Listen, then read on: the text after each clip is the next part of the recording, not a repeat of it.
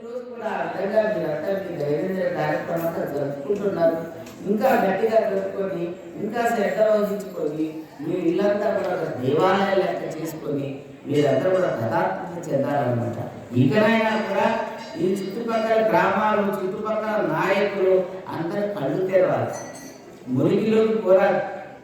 ఇక్కడ పూర్ణవాహినైన పుణ్యనది అమ్మ, పూర్ణవాహినైన పుణ్యనది గంగా యమున సరస్వతి కృష్ణ గోదావరి ఆ పుణ్యనదులు ఎక్కడో ఆ పుణ్యనదుల యొక్క సంగమమే అమ్మ. అటువంటి యొక్క పుణ్యనది తీరాన మనం ఉండి కూడా అక్కడ నీళ్లు తాగకుండా మురికుంటలో తాగుతున్నారు. ఎక్కడో ఏదో దేవత అంటారు, ఎక్కడేదో దర్గా అంటారు, ఎక్కడేదో చర్చ అంటారు. ఇవన్నీ ఎక్కడ ఉన్నాయి? భగవంతుని దృష్టిలో ఇవన్నీ ఏం లేదు. ఉన్నదంతా ఆ కృష్ణ భగవాను చెప్పినట్టు నీ దేహమే దేవాలయం, నీ దేహమే దేవాలయము, జీవోక్తో సనాతన. నీలో ఉన్న ఆ యొక్క జీవాత్మని భగవంతుడిని తెలుసుకొని నీవు కర్మయోగాన్ని అనుసరించు.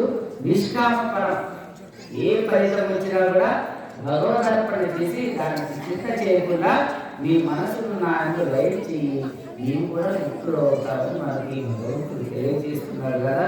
అంత సింపుల్గా మనం అంతా కూడా ఏం చేయాలి? నిత్యము మన పిల్లలతోటి మన అందరితోటి మనందరూ కూర్చోండి. మన పిల్లలు అమ్మ బిడ్డలు పిల్లలంతా ఇంత పిల్లలు కూడా ఇట్లా పసుపు పెడతారు, ఇట్లా గుర్తు పెడతారు, ఇట్లా నమస్కరిస్తారు, ఇట్లా చప్పట్లు పెడతారు, ఓం నమ శివాయ. చిన్న పిల్లలు కూడా ఇప్పుడు మా జగతీయుడు మనవరాలు పోటీ ఇట్లా ఇట్లా ఓం నమ గురుదేవా, ఓం నమ గురుదేవా అంటారు. ఇట్లా ఈ విధంగా సంస్కారం అమ్మ చేస్తున్నారంటే ఇది మామూలు విషయం కాదు. వారి యొక్క వాళ్ళ ధర్మాన్ని ఎత్తుకొని వచ్చే అమ్మగారు చెప్పరు, అది నడిపించే తీస్తారు. ఎవరితో నడిపిస్తారు? భక్తులందరితో నడిపిస్తారు. భక్తులతో అంతా కూడా ప్రేరణ చేసి భగవంతుడు తన దైవతాన్ని నిర్వర్తించుకుంటాడు. ఏ విధంగా అంటే మన రాముడు ఏం చేశాడు? ఆయన వేసాడు ఆ బండలు, కానీ లేదు. కానీ భక్తులు వాళ్ళనంతా తరించాలని, బాధలంతా తరించాలని వాళ్ళతోటే ఆ గుండెంతా ఏపిస్తాడన్నమాట. ఏపించి వాళ్ళని కట్టిస్తాడు, అందరినీ తరింప చేశాడు. ఆ రోజు ఎవరైతే రాముడైతే ఉన్న వానలే ఈ రోజు అమ్మభక్తులని తెలుసుకోవాలి. అందుకనే ఏకాయుగా సపరివారికారు. ఏకాయుగు నుంచి వస్తున్నారు అమ్మభక్తులు. ఇది ఇప్పుడు వచ్చింది కాదు. ఇంకా ధన్యులు అందరూ కూడా సద్భక్తితోటి సద్భావంతోటి మీరందరూ కూడా నడిచి మన భక్తులంతా ఇంకా మన సంఘం 3 కోట్ల మంది స్త్రీలు, 3 కోట్ల మంది పురుషులు అవుతారు. ఒక సైన్యం అవుతుందంట. సైన్యం 3 కోట్ల మంది పురుషులు, 3 కోట్ల మంది స్త్రీలు ఆ భగవంతునికి మంగళహారతులు చేస్తారట. ఆ రోజు అమ్మలు 2018లో పోయినారు అక్కడ షాపు రాత్రి మీరు ఏ విధంగా ఆమెకి జీవితారు. మీకు అంతకన్నా కోట్ల మంది ఆలోచనలు పడతారంట. అటువంటి యొక్క రోజు కూడా వస్తుంది. దేహం సాధించాలని అనిపిస్తుంది, లేకపోతే బయటకు రాకుండా ఉండాలని అనిపిస్తుంది అన్నమాట. అది ఎన్నోసార్లు అనిపిస్తుంది కానీ లోపల పోగానే గురుదేవుడు ధైర్యం ఇచ్చి పంపిస్తాడు. లోపల పోగానే గురుదేవుడు ధైర్యం ఇచ్చి పంపిస్తాడు. అందరూ భక్తులంతా తీసుకొని ఆనందాన్ని వస్తుంది. మళ్ళీ భక్తుల మధ్య ఉంటే తినాలని అనిపించదు, తాగాలని అనిపించదు, ఏమనిపించదు అనమాట. ఎందుకంటే ఇది భగవంతుడి కార్యము. ఇది అయ్యేదాకా ఓపిక పట్టాలా. ఇది అయ్యేది ఇంకా టైం ఇంకా కొంత దగ్గరకు ఉన్నది. ఇంకా దగ్గరకు అయిన తర్వాత ఇంకా భగవంతుని ఇష్టం. కానీ అందరూ కూడా ఈ యొక్క సన్మార్గంలోకి రావాలి. ఎందుకు ఈ చుట్టుపక్కల గ్రామాలంతా కూడా ఇంత అజ్ఞానంలో ఎందుకు ఉంటాయి? ఇక్కడ అందరూ చదువుకున్న వాళ్ళే ఉన్నారు, అందరూ మంచిగా రాజకీయంలో ఉన్నారు, అంతా తెలిసిన వాళ్ళు ఉన్నారు. ఇంకా ఎందుకు అజ్ఞానంలో ఉండి అందరితోటి గొర్రెలు గొప్పించేది, మేఘాలు గొప్పించే పాప కార్యాన్ని ఎందుకు చేస్తున్నారు? పాపానికి పోతారంటే వాళ్ళంతా నిర్వంశమైపోతారని భగవంతుడు చెప్తున్నాడు. ఇంకా మీకు అర్థం కావటం లేదా? ఈ చుట్టుపక్కల గ్రామాలంతా ఇంకా అర్థం కావటం లేదంటే, అమ్మని తెలుసుకోవటం లేదంటే ఇంకా ఏమనాలి అంటే టైం వస్తుంది. ఆ టైం వచ్చినప్పుడు చాలా బాగా ఉంటుంది, అయినా బాగా పోతుంది అన్నారు. ఆ పోయేదాకే వీళ్ళంతా ఉన్నారో ఉండే పని అయితే వస్తుండే వాళ్ళు ఉంటుంది. ఇంకా కార్యాలంతా కూడా ఇంకా జయప్రదంగా నడుతుండే వాళ్ళు అందరూ కూడా అమ్మాయి ఎందుకంటే దేవుని పేరుతో మనం హింసను చేస్తున్నామంటే అది ఏ విధంగా అయితే శాస్త్రబద్ధం. దేవుని పేరుతో హింస చేయటము ఎంత శాస్త్రబద్ధమా అది కొంచెం కూడా ఆలోచించలేరా? ఇంకా కొంచెం కూడా ఆలోచించకపోతే ఇంకేం ఆలోచిస్తారు? మానవ జన్మ వచ్చినందుకు మనము ఇచ్చిన జ్ఞానం ఏంటి? అన్ని జీవులకి ఇవ్వలేదు భగవంతుడు, ఒక మానవ జీవికే ఇచ్చాడు అనమాట. మాట్లాడే శక్తి ఇచ్చాడు, విచారణ చేసే శక్తి ఇచ్చాడు. వాటికన్నిటికీ అన్ని శక్తులు ఉంటే కూడా అది నోరు లేకుండా చేసేసాడు భగవంతుడు. వాటికే నోరించుంటే అన్ని జీవులు నీకు అటాక్ చేస్తే అన్ని జీవులు మాట్లాడితే నీ జీవనం సాగుతుందా? అది భగవంతుడు మానవ జీవితాన్ని ఉపకారం చేశాడు. రకరకాలైన పదార్థాలను సృష్టించారు, రకరకాలైన పండ్లను సృష్టించారు, రకరకాలైన సుగంధ ద్రవ్యాలు సృష్టించారు, ఎన్నో సృష్టించారు ఈ భగవంతుడు. అయితే కూడా తృప్తి పడటం లేదు స్వార్థ మానవుడు. దానంతా కూడా ఆ జీవనంతా కూడా హింస చేస్తున్నారు. అది ఎంత పాపము. అమ్మగారు ఏమంటారు? ఆ యొక్క మాంసం తినే వాళ్ళంతా మరి మానవ జన్మకు రాని ఆయన అదంతా జగతి జన్మకే వెళ్ళిపోతారు. ఆయన అమ్మంతా తపస్సు చేసి ఇంత బయలు చూపిస్తే ఈ చుట్టుపక్కల గ్రామాలు ఇంకా కళ్ళు మూసుకొని ఉండటం ఎంతటి ఏమైనా చర్యలో కాస్త అర్థం చేసుకోవాలన్నమాట. అర్థం చేసుకోవాలి. ఎందుకు అందరూ కూడా త్యాగం వెళ్ళాలి. ఇంకా అగ్రవర్ణాలు ఇంకా త్యాగం వెళ్ళాల. త్యాగమయ్యి మన భారతదేశాన్ని జగత్తుకే ఉద్ధరించేటట్టు తయారు కావాలి అన్నమాట. అటువంటిది చేసుకోవాలన్నమాట. అందరూ కూడా ఒకటే మతమైపోవాలా, అందరూ కూడా భారతీయులే, అందరూ మనమంతా భారతీయులే అనే ఒక భావన తెచ్చుకోవాలా. ఈ కులాలు మతాలన్నింటిని పక్కకు పెట్టేసేయాలా. సన్మార్గంలోకి అందరూ నడవాలా. అమ్మగారి యొక్క సందేశాన్ని పెట్టుకోవాలి. ఏమవుతుంది? ఇన్ని కోట్లు ఖర్చు పెట్టి ఆ అయోధ్యలో గుడి కట్టారు, కానీ రాముడు అక్కడ రాడు, ఇక్కడికి వస్తాడు. రాముడు ఈ క్షేత్రానికి వస్తాడని మీరు తెలుసుకోవాలి. ఈ లోకాన్ని రక్షించబోయే రాముడు, ఈ లోకాన్ని రక్షించబోయే ఆ భగవంతుడు యానంది క్షేత్రానికి వస్తాడు. అందుకే అన్నారు కదా, బాగునందికి వచ్చు భక్త వస్తాడు. బాగుమందికి వస్తాడు భగవంతుడు. ఏ విధంగా వస్తాడు? ఆయన వెంబడి ఆయన కోట్ల మంది భక్తులంతా తీసుకొని వచ్చి ఒక కళ్యాణం చేసి వస్తుంది. అందరికి ఆనందమయ్యే వస్తుంది.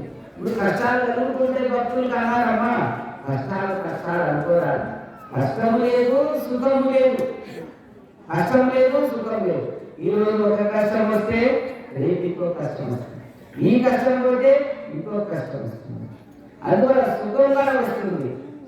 ఈ సుఖం ఎంత పొడుగు, మళ్ళీ ఇంతకన్నా ఎక్కువ సుఖం కావచ్చు, ఇంతకన్నా తక్కువ కావచ్చు. సుఖము దుఃఖం అనేది లేదు నాయన.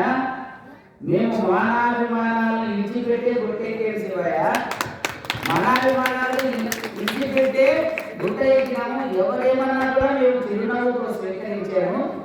ఆఖరాకి గుట్ట ఇచ్చి వెళ్ళిపోయినాము శ్రీశైలానికి. అటువంటి మాటలన్నా కూడా మేము ఏమీ బాధపడలేదు. మేము మానాభిమానాలు ఇచ్చే వచ్చే నాయన అన్నదికే ఇప్పుడంతా కూడా ఇంత క్షేత్రాన్ని అమ్మగారు సృష్టించారు. ఎన్నో ఆశ్రమాలైనవి, ఊళ్ళో ఆశ్రమాలు కూడా చేసుకుంటున్నారు. అమ్మదంతా వైభవం అయిపోయింది. ప్రపంచం అంతా కూడా మనమంతా ధన్యులము పుణ్యమే. కానీ ఏమి సందేహపడదు. కష్టాలు వచ్చేదని మీరు ఎవరు కూడా చింత చేయాలి. అమ్మ నాకు ఈ కష్టం వచ్చి అమ్మ నాకు కష్టమే అనుకోవద్దు. మనం చేయవలసింది జపము, ధ్యానం. జపం చేసుకుంటానే నడవాలి పనులు. వీలైనప్పుడు ధ్యానం చేసుకోవాలి.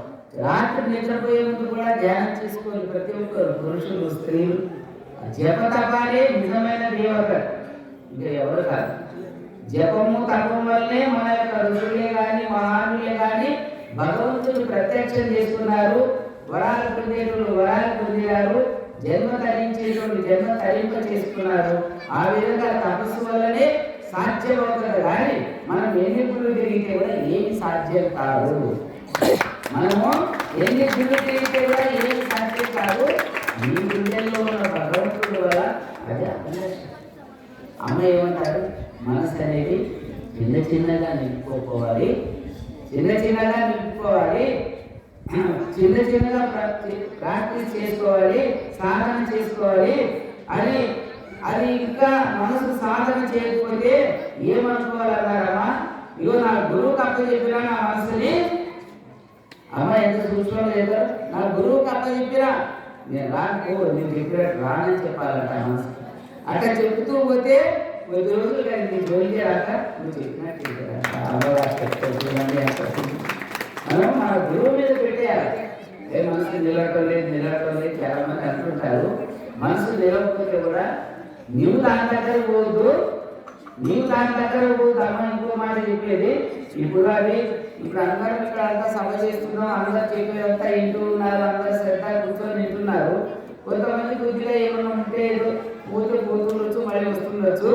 కానీ మనసుకి ఏం చెప్పాలంట? అమ్మ అన్నారు, ఇగో నేను రానని చెప్పాలంట.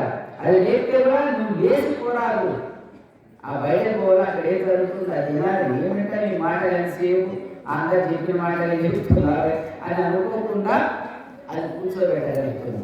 అంటే ఆ మనసు అనేది స్వాధీనం అవుతుంది ఆయన. అందువల్ల అది పిలిస్తే కూడా నీవు పోవద్దు, అంటే వాడి శరీరము పోవద్దు, అప్పుడు ఆటోమేటిక్గా అది వచ్చేస్తుంది అని అంటారు. ఆ విధంగా ఆ మనసును మనము స్వాధీనం చేసుకోవాలి అంటారు. అమ్మని చూడండి, ఆ భగవంతుడు ఘనాతీతుడు, ఘనమైన వాడు. ఆయన ఎన్నెన్నో ఉన్నాయి, ఘనమైన వాడు. ఆయన యొక్క వాక్కు డాకులతోటి వదిలి తెచ్చే ఆయన వాక్కు ఎట్టంటే ఒక డాకుతో సమానం అన్నమాట. ఒక మాట అంటే జరుగుతుంది. ఆయన అమ్మాయికి అవుతుందంటే అవుతుంది, అమ్మాయి ఏమంటే అది అవుతుంది. ఎందుకంటే వాడు తపస్సు, ఎవరు తపస్సు చేస్తే కూడా అటువంటి శక్తి వస్తుంది. మనం సాధించుకుంటే మనలో ఆ శక్తి వస్తుంది. మనలోనే భగవంతుడు మనకు ప్రత్యక్షం అవుతాడు, మనలోనే మనకు అంతా వస్తుంది. తనలో దేవుడు దండిగొట్టారు అన్నారు కదా వాళ్ళు. ఆ తనలో ఉన్న దేవుడు చూసుకోవడానికి మనం ఏం చేయాలి? ఏ పని చేస్తున్నా ఆ యొక్క భగవంతుడిని అమ్మాయి మనం మనసులో పెట్టుకొని ఏదో ఓం నమ శివాయను, ఏదో అమ్మ చివరికి ఓం నమ శివాయని కూడా రాకపోతే అమ్మ అనుకుంటే కూడా చాలా మోక్షం అవుతుందని మా చెవుగా రసాపకాలు పెట్టుకుంటారు. ఏమో అమ్మ అనుకోకు అదే మోక్షం అవుతున్నారు అన్నమాట. అట్లా ఉన్నది అమ్మ యొక్క శక్తి, మామూలు కాదు. అమ్మ దేవతలే సాటి కాదు, దేవానికి దేవత. ఆ రోజు చెప్పేవారు మీకు శంకరుడే రోజు అమ్మ కూడా దొరుకుతుంటే కూడా ఒక మాట మాట్లాడలేదు, ఏడుస్తావు శంకర నాకు అని చెప్పి అన్నారంటే అంతర్దేవతలు కూడా అమ్మాయి అంటేనే ఉన్నారు. మన యొక్క క్షేత్రాన్ని అంతా వాళ్ళు కాపాడుతున్నారు. అంతా లేదంగా ఆంజనేయుడే కానీ, శివుడే కానీ, వీరభద్రుడే కానీ, దుర్గాదేవి కానీ అందరూ కూడా అంతర్లీనంగానే ఈ క్షేత్రాన్ని ఎవరెంత చెప్పాలనుకుంటే కూడా వాళ్ళంతా వాళ్ళని కాపాడుతున్నారు. అది మనకు తెలియదు, అది అమ్మగారికే గుర్తారు. అందుకనే ఏ దేవాది దేవుడు కూడా మాకు సాటి రాదు. నా యొక్క పుట్టుబడి, నా చుట్టుబడి, నా అంతము, నా అత్యంతములు ఎవరికి తెలియదు అంటారు. అటువంటి యొక్క ఆనంద గురువు మనకి గురువుగా దొరికాడంటే మన ఆ భగవంతుడు అన్నట్టు మనం కూడా ఆ రామాయణ కాలం నుంచి ఆ భగవంతుని యొక్క ఇంట్లో ఉన్నామని మనం తెలుసుకోవాలి. ఎవరు అధైర్యపడతారు? అదే చెప్పాను నేను రామకృష్ణకి నాగరికి అమ్మ ఉన్నారు, మన ఏంటి అమ్మ ఉన్నారు అన్నట్టు వాడు ఎవడైనా సరే మనం ఎవరు ఏం చేయలేదు కదా, అదైతే మనం తీసుకోవాలా. అయితే ఎవరైనా రంగబాబు కానీ ఎవరైనా కూడా శివరామ్ కానీ ఎవరున్నా అమ్మ వాళ్ళకి ఏం చెప్పారంటే, అమ్మకి అన్ని భవిష్యత్తులు తెలుస్తాయి కదా, అమ్మకు తెలకుండా ఉంటుందా, ముందు జరగబోయేది తెలుస్తుంది, అంతా తెలుస్తుంది. ఏమన్నానంటే అద్దాలు పెడతాడా ఆడు గుంటూరు శివరాజు ఏమన్నంటే, ఇగో శివరాము నీకు భగవంతుడు 108 క్షేత్రాలు తిరుగుతాడు, పుణ్యక్షేత్రాలు తిరుగుతాడు. ఆయన తిరుగుతున్నప్పుడు ఆయన పోయి శరణానంటే మీరు ఆయన పోయి శరణానంటే అప్పుడు ఆయన మీకు క్షమిస్తాడు అని చెప్పి అన్నారన్నమాట. ఇప్పుడు చాలా రోజుల కింద ఏదో 2011 ముందు అన్నమాట. అది ఆలోచన చేయరు. ఇప్పుడు శ్రీశైలంకి వచ్చి రక్తరక్త చేస్తే వాళ్ళ భవిష్యత్తు ఏమవుతుంది? దుర్మార్గం లేకపోతే ఏమవుతుంది? శిక్షకే గురవుతారు. అంతవరకు వాళ్ళు ఓపిక పట్టాలా. 108 క్షేత్రంలో భగవంతుడు ఎప్పుడు తిరుగుతాడు, అప్పుడు ఆయన శరణం రమ్మన్నారు. కానీ శ్రీశైలం అక్కడికి వచ్చి అక్కడ నానా రకాలైన రచ్చ చేసి ఈ రోజు కూడా అక్కడ ఉన్న వంటలను కూడా కొట్టారు. ఆ గుంటూరు శివరావు అదే నల్గొండలో విషయం కానీ హీరో సంగతి అమ్మ చెప్తున్నారు. ఏమన్నారు? ఆ భగవంతుని శరణమను అప్పుడు ఆయన క్షమిస్తారు. మరి అంతదాకా వాడు ఓపిక పట్టుకుని మన ఆశ్రమాలకు వచ్చి చేస్తే శిక్ష భోగిస్తారు. భక్తులు ఊరుకుంటారా? ఆశ్రమంకి వచ్చే ఇంతమంది భక్తులు ఇచ్చినారు, ఏదో భక్తి భావనకే వస్తారా కదా. అంతేగాని ఇక్కడ గల్బా చేయడానికి వస్తే అమ్మాయి ఏమన్నా ఇక్కడ గల్బా చేసుకుంటే వాళ్ళ భక్తులు ఎట్లా అవుతాయని మొదలనే చెప్పి ఉన్నారు అమ్మాయి. అటువంటి అహంకారంలోకి ఎందుకు పోతారు వాళ్ళు? అర్థం కాదు. అని ఎందుకు చెప్తున్నారంటే అమ్మోడు ముందే ఎందుకు చెప్పారో అట్లా భగవంతుని యొక్క లీలలు అట్లా ఉంటాయి. అమ్మ ఏమంటే అవన్నీ కూడా జరిగేవారు మనం తెలుసుకోవడం లేదు. ఆయన భూమి ఆకాశంలో సూర్యుడు ఎక్కడ నిండుకున్నాడో అంత నిండుకున్నాడు. మనం ఏమంటే అమ్మగారిని చూస్తే మనం అమ్మగారిని మాట్లాడుకుంటా అమ్మగారు చూస్తే మనం ఒక ఆనందం గడుపుకొని మనకు బాధ అయింది. కానీ ఆత్మస్వరూపంలో ఆయన అనంతుడై ఉన్నాడు, మనం అల్పులమై ఉన్నాము. ఆ అనంతుని మనం ధ్యానించాలి, సేవించాలి. ఎప్పుడు కూడా మనం అమ్మ అనుకుంటే చాలు, ఓం నమ శివాయ అనుకున్న మనసు మాత్రం అమ్మ యొక్క పాదాల మీద పెట్టుకొని మీరు నడవండి. మీ కష్టాలన్నీ దూరం అవుతాయి, మీరంతా మంచి సుఖం ఉంటుంది, మీరందరూ ఆనందంగా ఉంటారు. గట్టిగా అమ్మని పట్టుకొని ఆనందంతో మనమంతా నడవాలని మీ అందరికీ మరొకసారి నేనేం తప్పు చేస్తే క్షమించండి. అందరూ కూడా ఆనందంతో నడవాలి, ఆనందంతో నడవాలి. ఎప్పుడు కూడా నిత్యానందాన్ని కలిగిస్తాడు ఆ భగవంతుడు. మా సిద్ధార్థ సార్ అంటుంటే మనం నాకు ఫోన్ చేసి చెప్పాడు కదా, అమ్మ ఇట్లా ఆకాశ మార్గంలో తిరుగుతున్నట్టు వచ్చింది ఆయన, ఇట్లా అమ్మోడు ఇట్లా దర్శనమిచ్చినారని అంటే జరిగే భవిష్యత్తు చూపిస్తుంటారు ఆయన. మన కృష్ణప్రాసం కూడా అమ్మ చూపెట్టారంట. ఆయన కూడా అమ్మ ఆకాశ మార్గంలో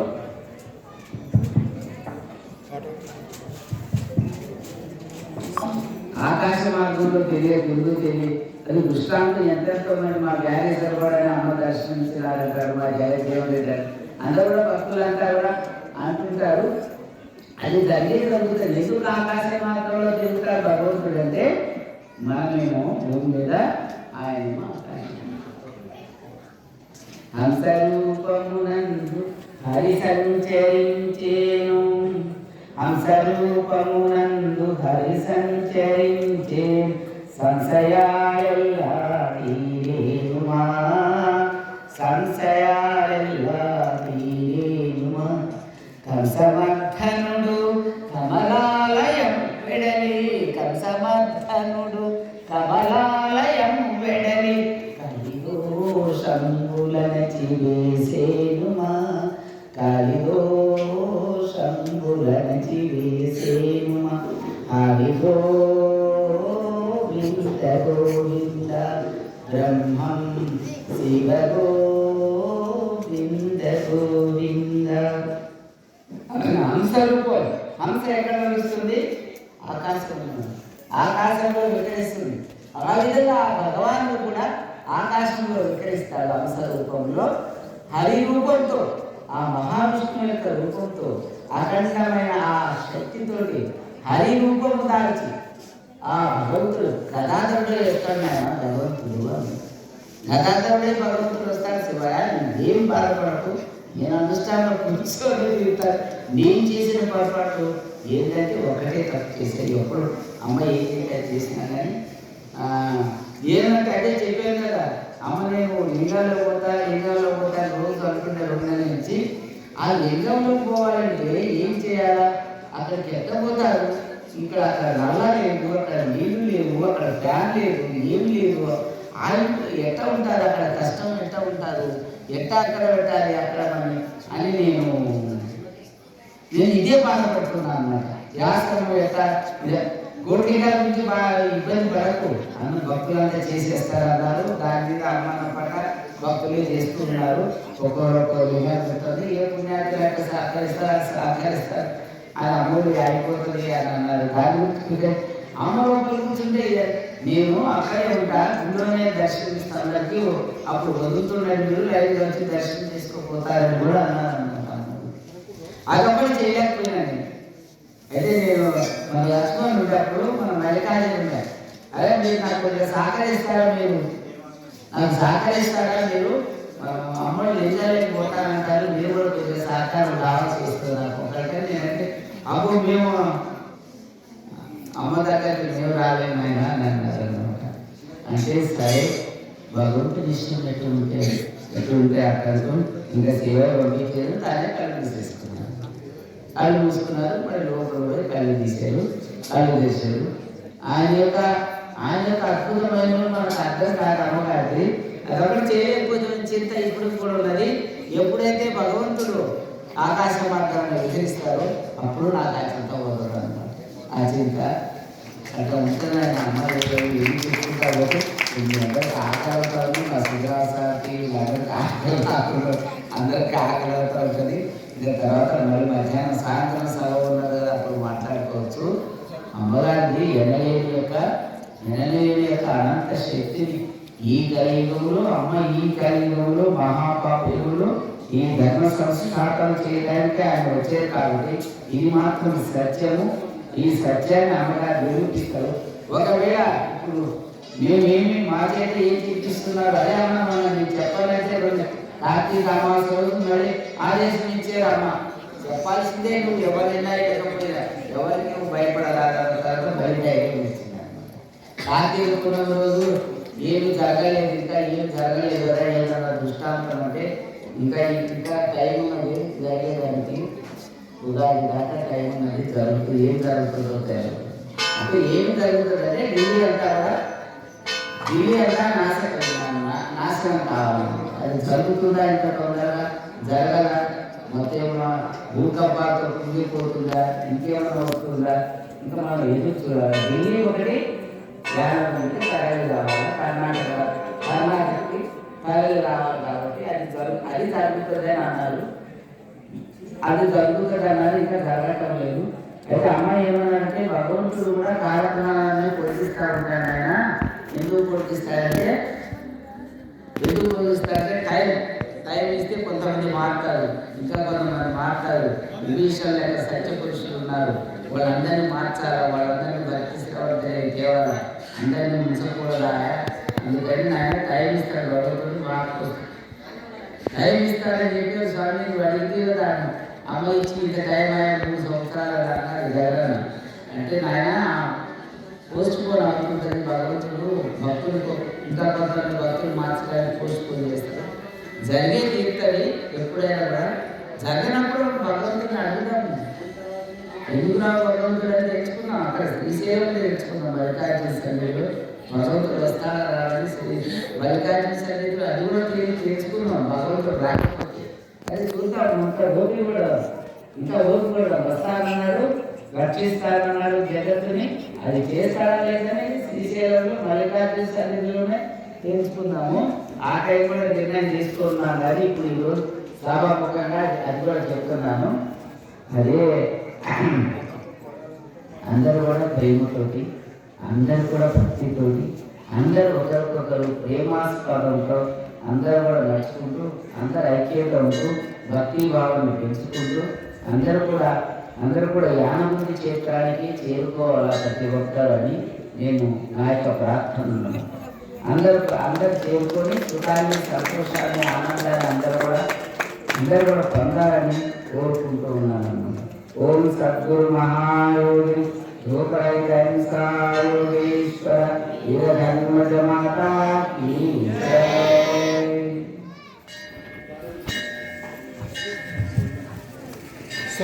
ఉద్దేశించి తమ ఇతర